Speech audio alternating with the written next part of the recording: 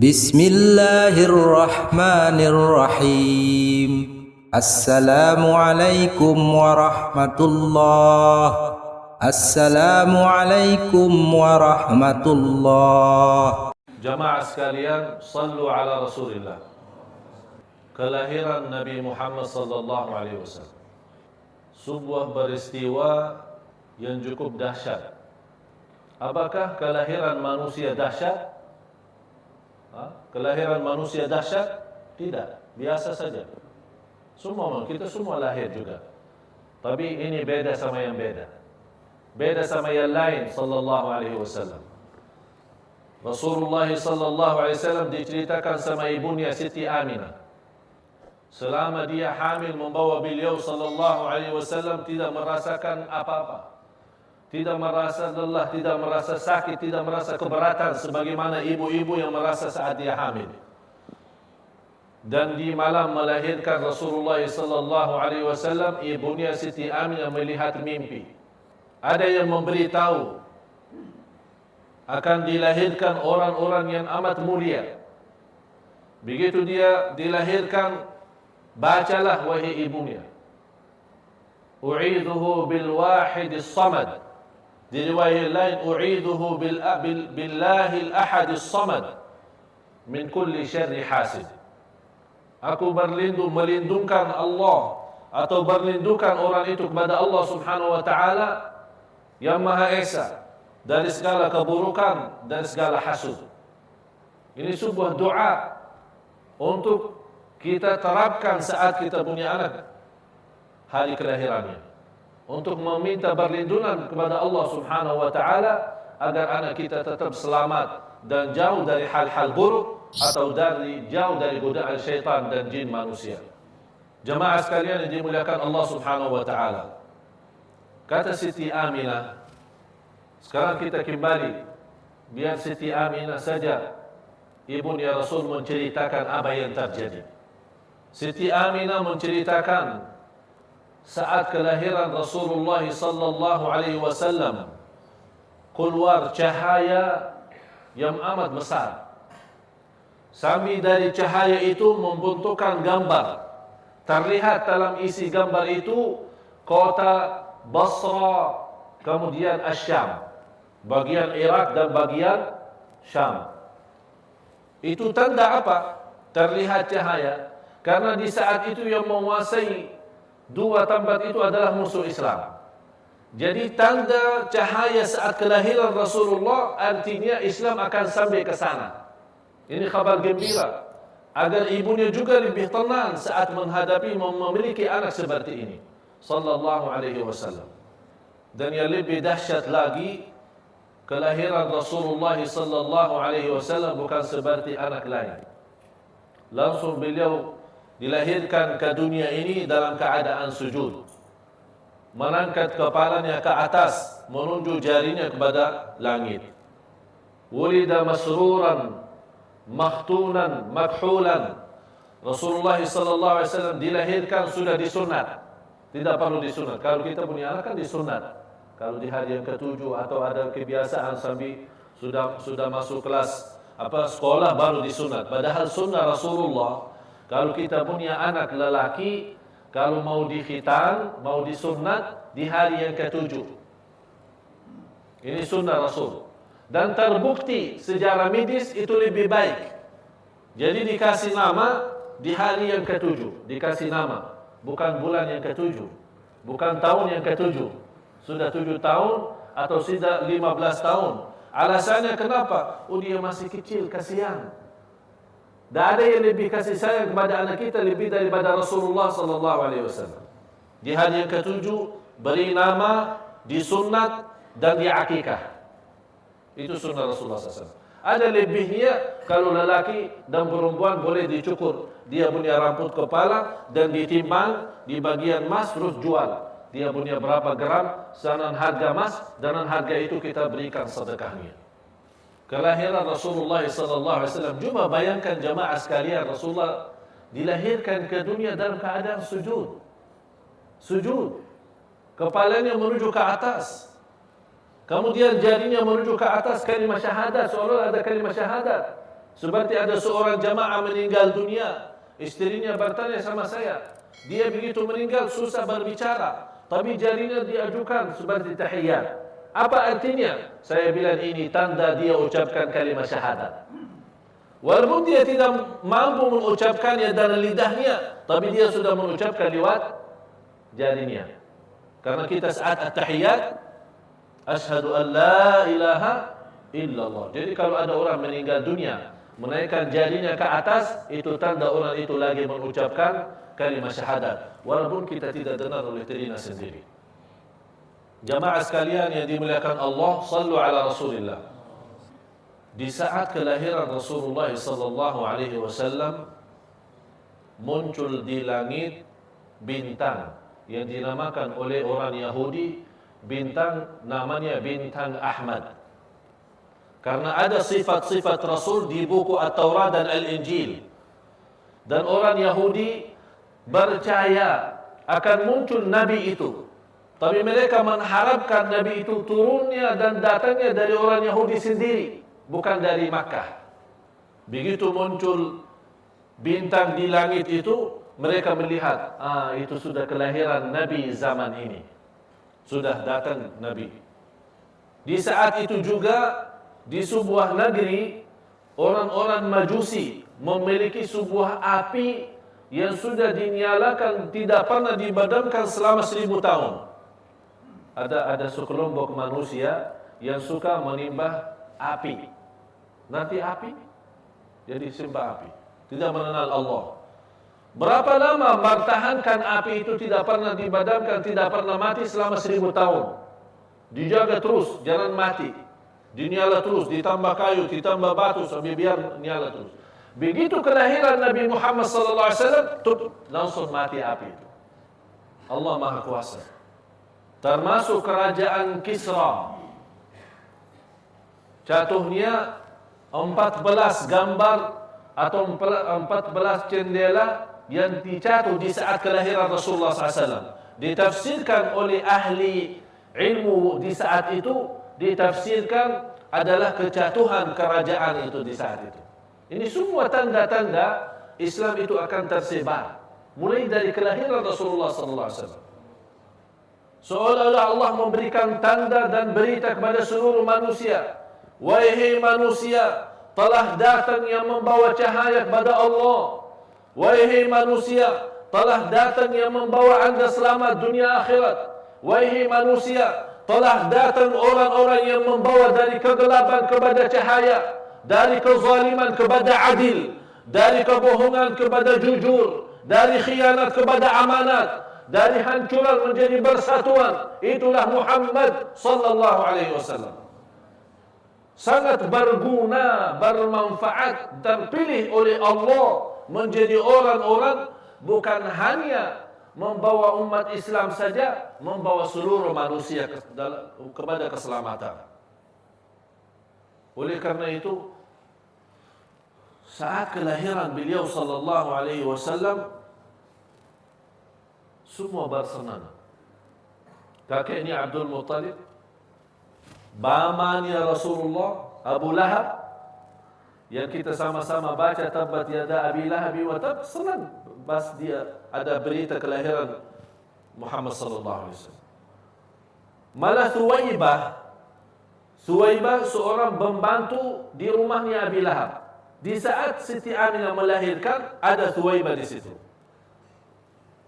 Siti Thuwaibah ini habis kelahiran Rasulullah SAW, dia datang kepada Abu Lahab memberitahu, ini sudah Siti Aminah melahirkan.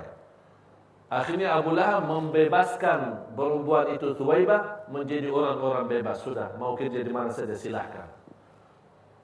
Saking senang dan gembira. Pertama yang menyusui Rasulullah SAW adalah ibunya sendiri, Siti Aminah. Habis kelahiran Rasulullah SAW, disusui oleh ibunya. Yang kedua, Thuwaibah. Ini pembantunya Abu Lahab. Baru datang yang namanya Siti Halimah. Jadi pertama yang menyusui Rasulullah SAW adalah ibunya sendiri. Yang kedua, Siti Thuwaibah. Thuwaibah itu adalah pembantu di rumahnya Abu Lahab. Yang ketiga baru Siti Halimah. Ada riwayat 8 orang yang pernah menyusui Rasulullah SAW. Tapi yang jelas, yang tidak ada berbeda pendapat antara ulama adalah 3 itu yang saya sebutkan. Allahumma salli ala Sayyidina Muhammad wa ala ali Sayyidina Muhammad. Dan kebiasaan orang Arab di saat punya anak baru dilahirkan, punya kebiasaan mereka mengirimkan anak itu kepada daerah kampungan, ya, macam desa atau kampung atau daerah-daerah yang jauh dari kota. Apa hikmahnya? Karena kebiasaan mereka yang dipasarkan dan dididikkan di luar kota itu lebih berguna. Pertama untuk dalam bahasa, yang kedua dari sisi makanan, yang ketiga dari sisi cuaca alam, dan yang keempat agar dia melihat bagaimana cara kehidupan orang-orang kampung dan orang miskin. Sudah Rasulullah sallallahu alaihi wasallam saat selesai disusui oleh ibunya, kemudian Thuwaibah dibawa Ummu Aiman kepada kakeknya Rasulullah adalah Abdul Muttalib. Abdul Muttalib begitu melihat Muhammad sallallahu alaihi wasallam, beliau sangat gembira dan bahagia.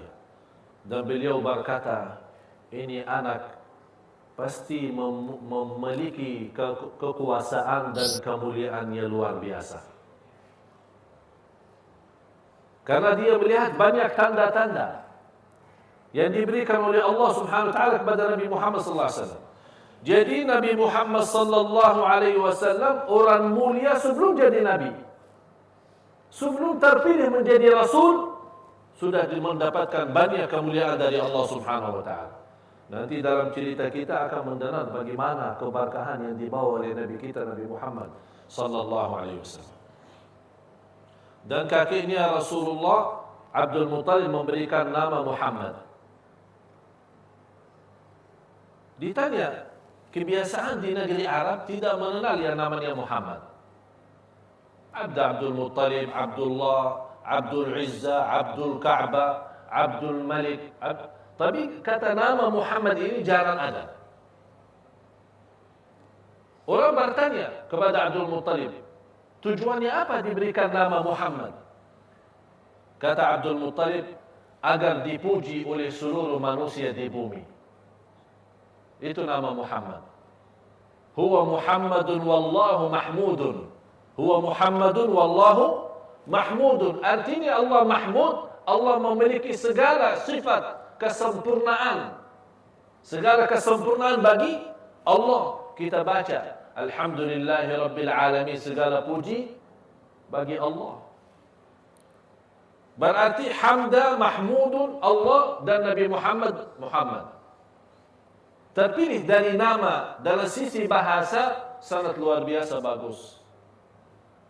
Oleh karena itu kita lihat macam di Turki, macam di Pakistan, macam di India dan beberapa negara Islam saking senangnya mengagungkan nama Nabi Muhammad SAW. Kalau dia mau beri nama anaknya selain nama Muhammad tetap di bawah nama Muhammad. Misal dinamakan anaknya Ali, dipanggil Muhammad Ali. Dinamakan anaknya Ismail, Muhammad Ismail. Diberikan kepada anaknya nama Ibrahim, tetap panggilannya Muhammad, tidak boleh lepas. Mereka mengharapkan apa? Keberkahan dari nama itu. Malah seperti Imam Al-Ghazali, namanya luar biasa. Muhammad, bapaknya Muhammad, kakeknya Muhammad, dan terus Muhammad lagi. Jadi kalau ditanya Muhammad ibnu Muhammad ibnu Muhammad ibnu Muhammad Al-Ghazali, semua Muhammad. Ini merupakan keberkahan. Dan kembali kepada niat kita masing-masing. Tapi yakin, nama juga bisa membawa boleh membawakan banyak keberkahan bagi kita. Datang beberapa wanita dari kampung Bani Sa'ad. Ada yang bilang batasan di kota At-Taif. Kebiasaan kalau ada satu masa banyak kelahiran di Makkah, datang wanita-wanita orang kampung, orang desa di luar kota, datang kemari ke Makkah. Untuk apa? Mencari anak-anak yang perlu disusui. Semua datang kemari. Masing-masing dari wanita itu, di antaranya Halimatus Sa'diyah, Siti Halimah. Semua bawa. Ada yang mendapatkan anak masing-masing. Tapi setiap orang ditawarkan Muhammad sallallahu alaihi wasallam, tidak ada yang mau. Kenapa tidak ada yang mau ambil? Karena anak yatim. Dan semua orang yang datang, dia mengharapkan bapaknya memberikan rizki ya, uang ya. Kalau orang di masa itu, kalau saat disusui kan dapat ongkos ya, ongkos bayar berapa sekian. Tapi kalau bapaknya meninggal, ya siapa yang mau bayar? Jadi tangkapan mereka yang namanya orang lelaki, itu yang membawa nafkahnya, itu yang punya uang. Tapi kalau bapaknya tidak ada, siapa yang mau bayar? Akhirnya orang malas. Oh, jangan. Siti Halimah sendiri, begitu melihat kondisi Rasulullah SAW, ya tidak tahu dia ini Rasul. Dia tidak tahu ini yang akan memberikan keberkahan. Dia belum tahu. Terus dia kembali naik unta. Kalau di dalam sejarah namanya Atan. Untanya namanya Atan. Masih ingat cerita kemarin? Saya kan kebiasaan di negeri Arab dulu, setiap binatang diberi nama kan? Gajah itu namanya Mahmud. Ini juga unta yang sudah tua dinamakan Atan. Kedatangan Halimah naik unta dari kampungnya ke kota Makkah itu, bari lemah dia jalan. Sambil orang-orang yang berikutnya, kok lama-lama tak jalan-jalan? Ini kita sudah mau nyampe ini kok. Oh sabar sebentar, ini dah tahu sudah tua ini unta ini. Dah bisa, dah boleh jalan. Sebentar, perlahan-lahan. Dan kata Siti Halimah, di masa itu termasuk salah satu musim yang paling kering. Faham paling kering? Artinya sudah lama tidak ada hujan, tidak ada hasil sawah, tanam-tanaman. Malah unta itu yang terkenal banyak susunya, sudah di masa tidak ada, susah. Kita mau makan dan minum susah. Dan beliau sendiri Siti Halimah membawa anak namanya Al-Harith. Ada anak masih kecil, masih anak bayi. Dia juga nangis terus karena tidak pernah bisa kenyang dari minum susu. Karena susu ibunya sudah kering juga, tidak boleh dapat. Karena jarang makan, miskin, susah. Terus berjalan. Akhirnya Siti Halimah berkata kepada suaminya, keadaan kita sudah seperti ini. Dan semua orang kampung saya masing-masing sudah dapat anak. Cuma tinggal satu itu, namanya Muhammad, anak yatim. Ya kita ambil saja. Pada kita pulang tidak bawa siapa-siapa. Udah, mau bilang apa? Tidak ada jalan lain. Pada saya pulang, orang-orang lihat, ini tidak bawa apa-apa, saya malu. Udah, bawa aja lah. Kata suaminya, bawa aja. Pada pulang kosong, lebih baik bawa. Terus datang bawa Nabi Muhammad. Biarkan Siti Halimah menceritakan. Biarkan Siti Halimah menceritakan apa yang dia dapat sesudah membawa orang-orang yang terisi berkah yang luar biasa. Kata Siti Halimah, begitu kita menggendong anak itu, langsung minum dari susu Siti Halimah. Yang sebelumnya, kata Siti Halimah saja sendiri, saya masih belum boleh mendapatkan banyak susu untuk anak saya sendiri. Tapi begitu gendong anaknya, Masya Allah sudah terisi dia punya badan. Masya Allah. Ini berkah. Rasulullah SAW minum susunya sampai habis. Kemudian Al-Harith yang sebelumnya nangis saja, tidak mendapatkan enak tidur karena lapar terus. begitu dia bersama Nabi Muhammad SAW, sudah bisa boleh kenyang, kemudian enak tidur. Kata Siti Halimah kepada suaminya, oh anak saya juga ikut tidur, subhanallah. Ada berita baru, tapi mereka belum tahu. Belum tahu di situ ada tangan Allah, ada kekuasaannya Allah. Karena mereka membawa seorang yang amat mulia, Muhammad sallallahu alaihi wasallam. Apa yang terjadi selanjutnya dalam perjalanan mereka sambil pulang kampung, dan banyak keberkahan yang didapat oleh mereka, dan banyak rahasia-rahasia sejak kelahiran Rasulullah sallallahu alaihi wasallam dan sebelum menjadi nabi, yang insyaallah kita akan sama-sama mendalami dan mempelajari dalam pertemuan yang akan datang. Semoga bermanfaat bagi kita semua, dan semoga insyaallah sebagaimana kita sama-sama berkumpul di majlis ini, mudah-mudahan kita sama-sama jumpa lagi di surga Allah bersama Nabi Muhammad sallallahu alaihi wasallam.